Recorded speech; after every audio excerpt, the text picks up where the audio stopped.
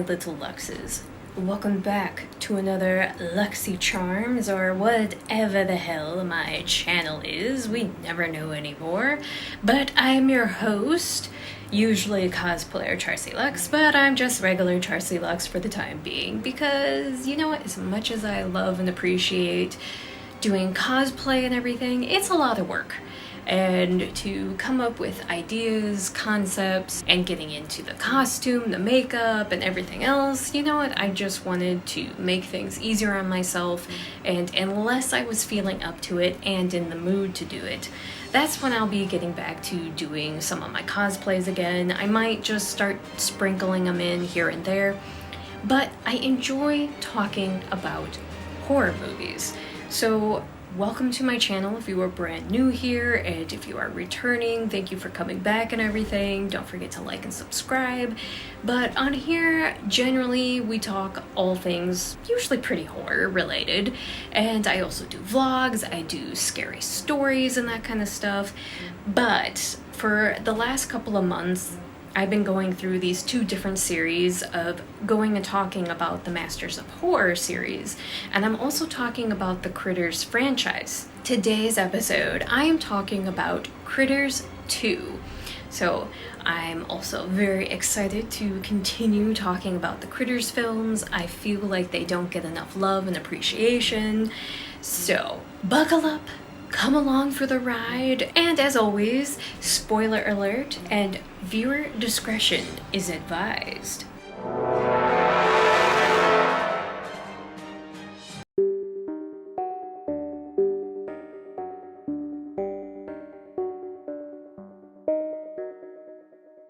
So Critters 2, the main course, came out in 1988, just 2 years after Critters first originally came out in 1986. And this was written and directed by Mick Garris, but it was also written by David Twohy, and I apologize if I'm butchering pronunciation and names, but I will also have their names in the description down below, along with the cast as well.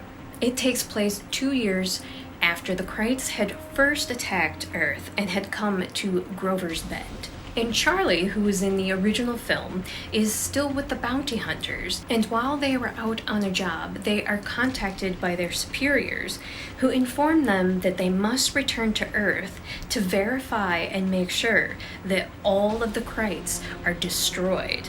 And it just so happens at the very same time this is going on, Bradley Brown is returning to Grover's Bend because he's visiting his grandmother for the holiday, which happens to be Easter. You know what the Bend's famous for, don't you? What's that? Hadn't your granny ever told you about those space porcupine things?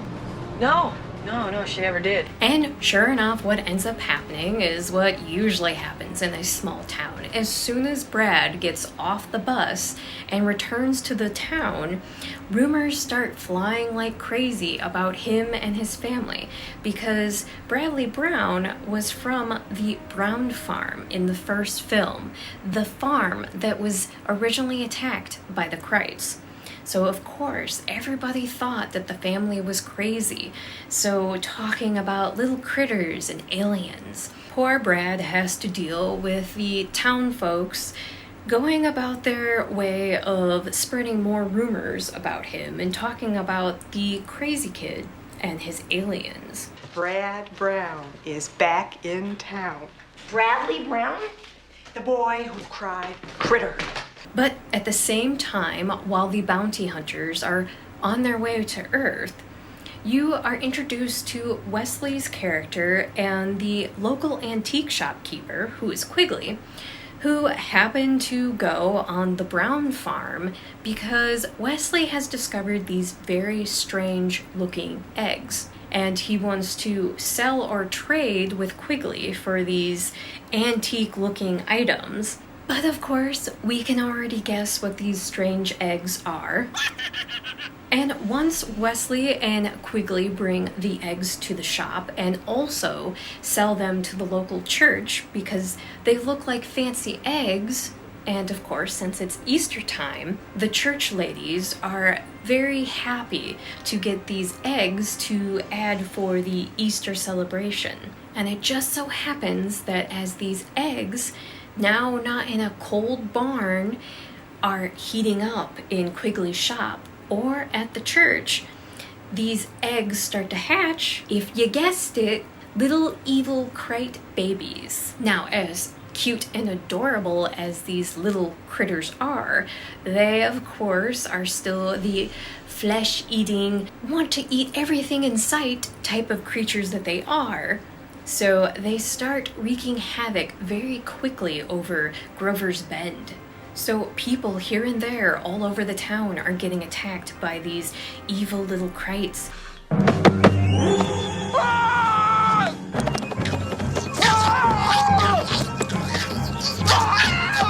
They start to grow very quickly the more they eat and consume. But because poor Bradley showed up at the exact same time that these Krites seem to show up, he starts getting blamed by the town folks, and they start saying that it's his fault that these things have shown up because he came back. Luckily, the old town sheriff, Harv, seems to show up in the nick of time, and he convinces the rest of the town that they should all be working together along with the bounty hunters who have finally showed up to help out to destroy these evil Krites, and also along with Bradley as well, and technically Charlie. He is a bounty hunter now, after all. If we sit around here on our duffs, bitching, we're gonna end up tomorrow's leftovers. Now, I don't too much relish that idea. I think it's time to fight back. But Harv convinces them all to work together so that they can finally stop these evil aliens from destroying their little town. Will they all finally be able to unite together to put a stop to the evil Krites once and for all? Or will it be the critters who take over and eat the whole town?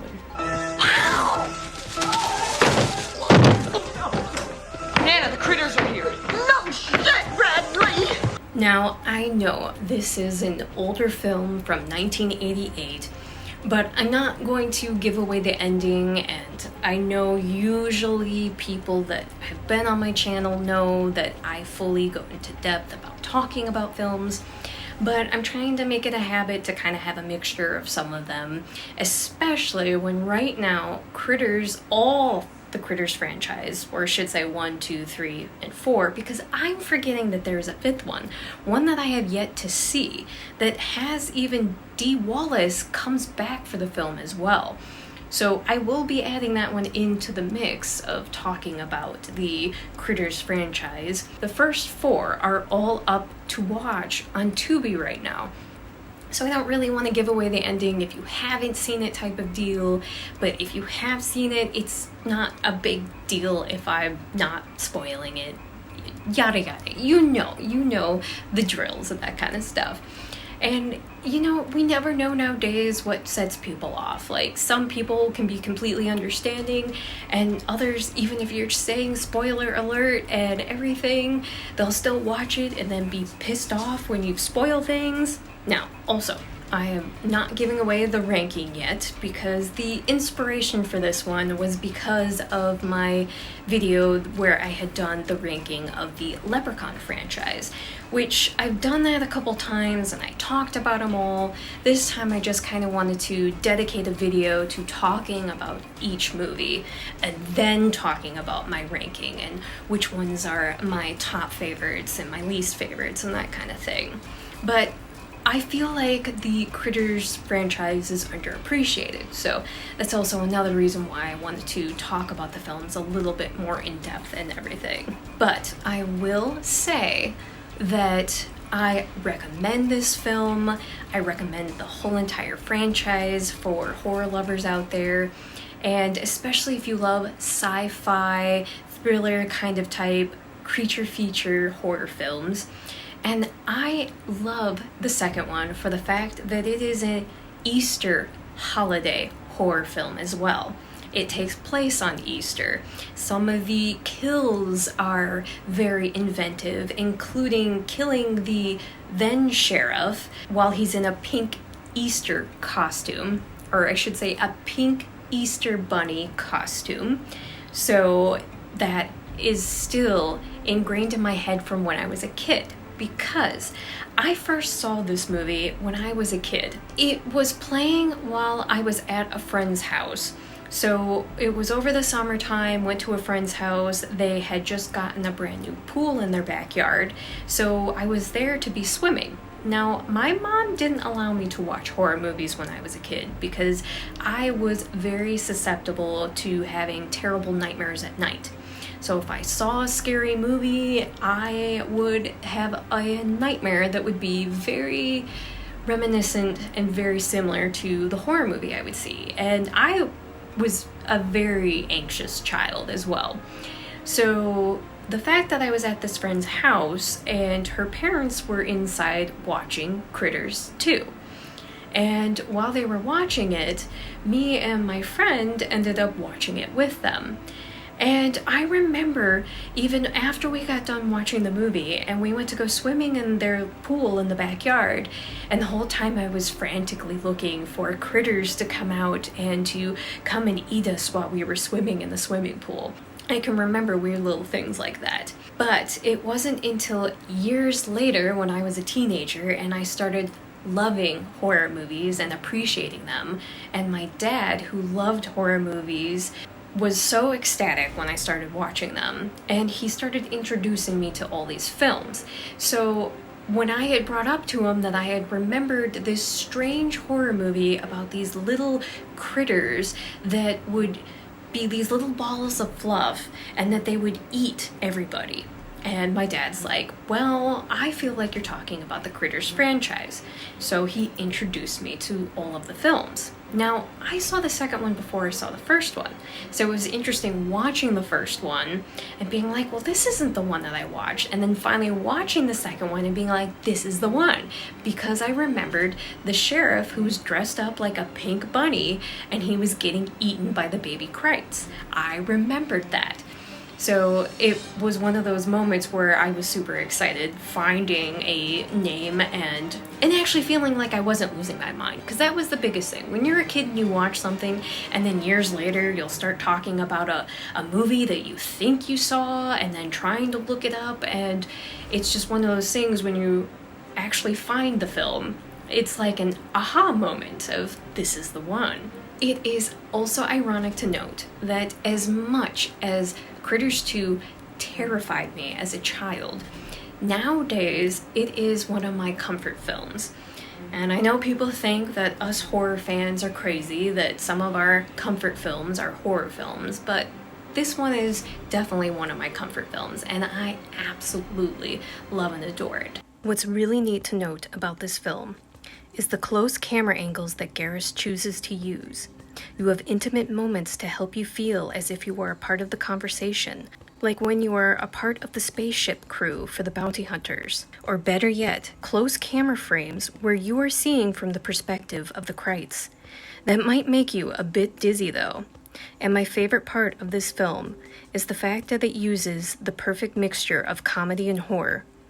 The crazy moments with the Krites can definitely make you think of the Gremlins though. But yes, once again, I recommend this film if you have not watched it. But anyway, thank you so much for joining me here on another Luxy Charms, or just joining me here on this channel. And if you would like to follow me on any of my other social medias, there will be a link in the description down below, including one for my Etsy where I sell my artwork, and one to my Patreon. And I want to say a huge thank you to all of my Patreons that join me on there. Your help is greatly appreciated, and it helps me to keep creating more content. It helps me to keep pushing my artwork, and it will also help inspire me to get back to my cosplays again. Things have kind of been dragging for me, but you know, health-wise and everything will do that. But anyway, there is a shout out on the screen to all of my fellow Patreon members. Once again, thank you so much for joining me on there. And a special shout out to my ultimate Lux, who is Kurt. So thank you so much for joining me on there. And remember, I am the afterlife of the party, but there is always room at the table at my after party, so please come join me. And always remember to slay, subscribe, like, and always be yourself. Because in the end, all we truly have is ourselves. And we like to teach physical health, mental health go hand in hand. And you know what? Mental health is just as important as physical health. And remember to love yourself, because self-love is the best love you can give yourself. Until next time, my little Luxes, have a Luxy Charms kind of day. Bye!